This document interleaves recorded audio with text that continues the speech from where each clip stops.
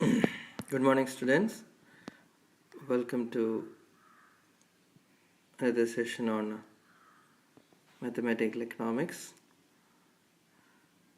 ഇപ്പം നമ്മൾ ഈ സെഷനിൽ Lagrange equation, Lagrange constrain use ചെയ്തുകൊണ്ട് നമ്മൾ ഒരു ഫംഗ്ഷൻ എങ്ങനെയാണ് മാക്സിമൈസ് ചെയ്യുന്നതാണ് പഠിക്കാൻ പോകുന്നത്.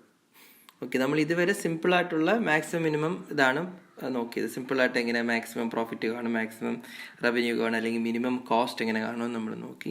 ഇതിൽ നമ്മൾ ലഗ്രാഞ്ച് ഇക്വേഷൻ ഉപയോഗിച്ച്, ലഗ്രാഞ്ച് എന്ന് പറയുന്നത് ഒരു മാത്തമാറ്റീഷ്യനാണ്.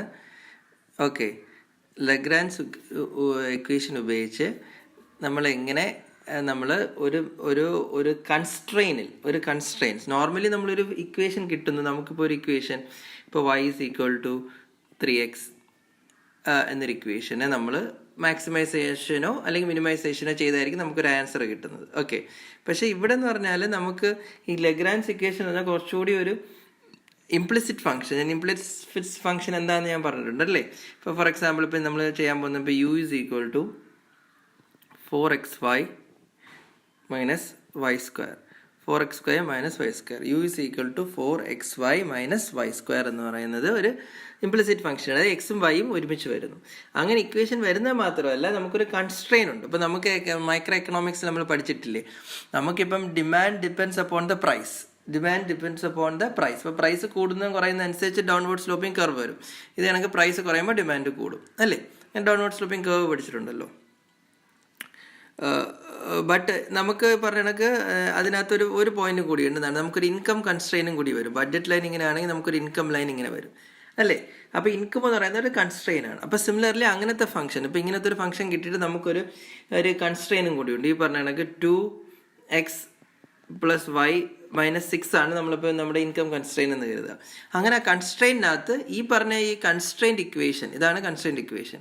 ഈ കൺസ്ട്രെയിൻഡ് ഇക്വേഷനകത്ത് നമുക്ക് എങ്ങനെ മാക്സിമൈസ് ചെയ്യാൻ പറ്റുമെന്നാണ് നമ്മൾ നോക്കുന്നത്. ഏത് ഇക്വേഷൻ, ഈ ഇക്വേഷനെ മാക്സിമൈസ് ചെയ്യാൻ പറ്റുമെന്നാണ് നോക്കുന്നത്. അപ്പം ഇതിനെയാണ് നമ്മൾ ലഗ്രാഞ്ച് ഫംഗ്ഷൻ എന്ന് പറയുന്നത്. അപ്പോൾ ഇത് എങ്ങനെ അത് ഡെവലപ്പ് ചെയ്തെടുക്കുക എന്ന് പറഞ്ഞു കഴിഞ്ഞാൽ, നമ്മൾ ആദ്യം ഇപ്പോൾ നമുക്കൊരു ചോദ്യം തരും. നമ്മുടെ ഈ പറഞ്ഞ പോലെ മാക്സിമൈസേഷൻ ചെയ്യേണ്ട ഫംഗ്ഷൻ എന്ന് പറയുന്നത് 4xy - y². Okay, subject to the constraint 2x + y - 6.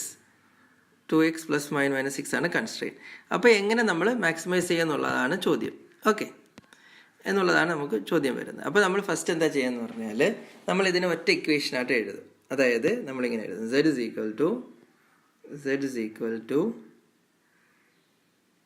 4xy - y² + lambda 2x + y -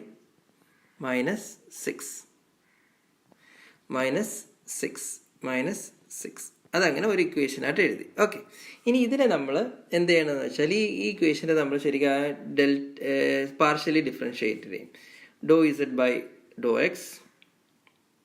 അതേപോലെ നമ്മൾ എന്ത് ചെയ്യും, ഇപ്പം ശരിക്കും z എന്നൊരു equation depends upon X Y അല്ലേ, എക്സ് വൈ എന്ന് രണ്ട് ഇതുണ്ട്. അപ്പോൾ നമ്മൾ partially differentiating like dz/dx.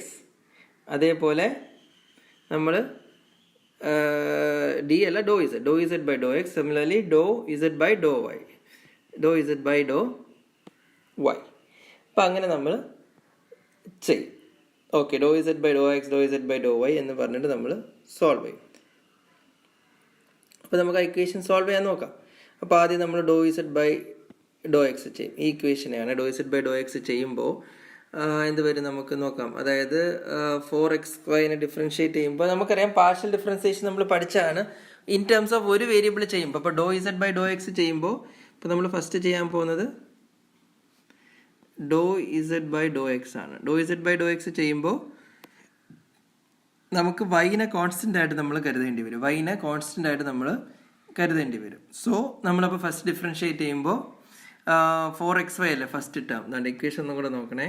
4xy - y² plus lambda. ഈ ലാംഡ എന്നൊരു ടേം നമ്മൾ എക്സ്ട്രാ അവിടെ ആഡ് ചെയ്യുന്നുണ്ട്. അത് ഞാൻ പറഞ്ഞില്ലെന്ന് തോന്നുന്നു. ലാംഡ എന്നൊരു എക്സ്ട്രാ ടേം ആഡ് ചെയ്യുമ്പോഴാണ് ഇത് ലഗ്രാൻസ് ഇക്വേഷനായിട്ട് മാറുന്നത്. അതെന്ന് വെച്ചാൽ നമ്മളങ്ങനെ ആഡ് ചെയ്യുന്ന പറഞ്ഞാൽ ആ കൺസ്ട്രെയിനും കൂടി ഉൾക്കൊള്ളിക്കാനായിട്ട് ഒരു കോൺസ്റ്റന്റ് ആഡ് ചെയ്യുന്നതേ ഈ ലാംഡ എന്നൊരു കോൺസ്റ്റന്റ് നമ്മൾ ആഡ് ചെയ്യുന്നതേ ഉള്ളൂ. ഈ ലാംഡ എന്നൊരു കോൺസ്റ്റന്റ് നമ്മൾ ആഡ് ചെയ്യും.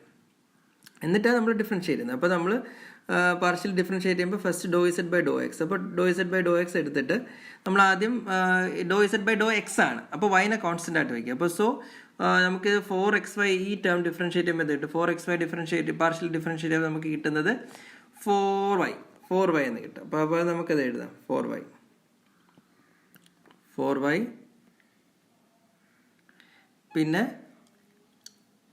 പിന്നെ അടുത്ത് എന്താണ് y മൈനസ് വൈ സ്ക്വയറിൽ. അപ്പോൾ ഇത് വൈ സ്ക്വയർ എന്ന് പറയുന്നത് y കോൺസ്റ്റന്റ് അല്ല. അപ്പോൾ അത് ഡിഫറൻഷിയേറ്റ് ചെയ്യുമ്പോൾ 0 ആയി, അത് കൂട്ടണ്ട. പിന്നെ വരുന്നത് എന്താണ് പ്ലസ് ലാംഡ ഇൻറ്റു 2x. അപ്പോൾ ലാംഡ ഇൻറ്റു 2xനകത്ത് വീണ്ടും ഈ പറഞ്ഞ കണക്ക് ലാംഡയും കോൺസ്റ്റന്റ് ആണ്, ഈ 2ഉം കോൺസ്റ്റന്റ് ആണ്. അപ്പോൾ നമുക്ക് എഫ് 2 ലാംഡ വരും. 2 ലാംഡ. ഓക്കെ, അപ്പോൾ നമ്മളത് എഴുതാം 2 ലാംഡ പ്ലസ് 2 ലാംഡ പിന്നെ വരുന്ന എന്താണ് ബാക്കിയെല്ലാം കോൺസ്റ്റന്റ് ആണ്. അത് കഴിഞ്ഞിട്ടുള്ള ഇക്വേഷനിൽ ബാക്കിയെല്ലാം കോൺസ്റ്റന്റ് ആണ്. ഓക്കെ, ഇതാണ് ഇക്വേഷനകത്ത് ബാക്കിയെല്ലാം കോൺസ്റ്റന്റ് ആണ്. അതായത് ലാംഡ ഇൻറ്റു വൈ എന്ന് പറയുന്നത് കോൺസ്റ്റന്റ്, വൈയും കോൺസ്റ്റന്റ് ലാംഡയും കോൺസ്റ്റന്റ് 8ഉം കോൺസ്റ്റന്റ്. അപ്പോൾ അതെല്ലാം കോൺസ്റ്റന്റ് എല്ലാം ഡിഫറൻഷിയേറ്റ് ചെയ്യുമ്പോൾ 0 വരും. ഓക്കെ, അപ്പോൾ അങ്ങനെ നമുക്ക് first doe Z by doe X കിട്ടി. ബാക്കിയുള്ള ഡിഫറൻസിയേഷൻ അടുത്ത ക്ലിപ്പായിട്ട് ഇടാം. Thank U.